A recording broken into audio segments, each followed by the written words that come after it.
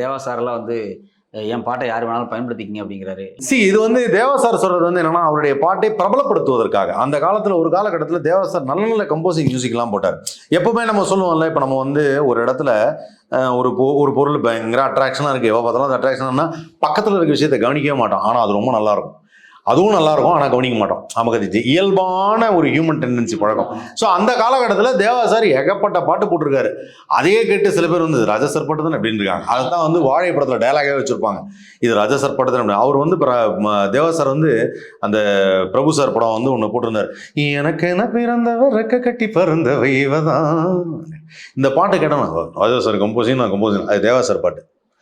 அப்போ என்னன்னா, தேவா சார் பாட்டா அப்படிங்கிறாங்க. அப்போ அவருடைய பாடல்களை பிரபலமாகுது. அதே லப்பர் பந்தில் அந்த பாட்டும் வரும், தேவா சார் பாட்டும் வரும், இதுவும்.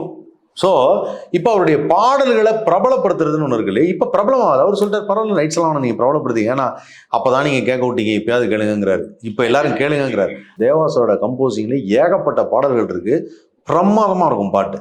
அந்த சமயத்தில் நம்ம கண்ணை மறைச்சிருச்சுன்னு வாங்கல்ல, அந்த மாதிரி மறைச்சிருச்சு. அதனால அவர் சொல்றது வேற.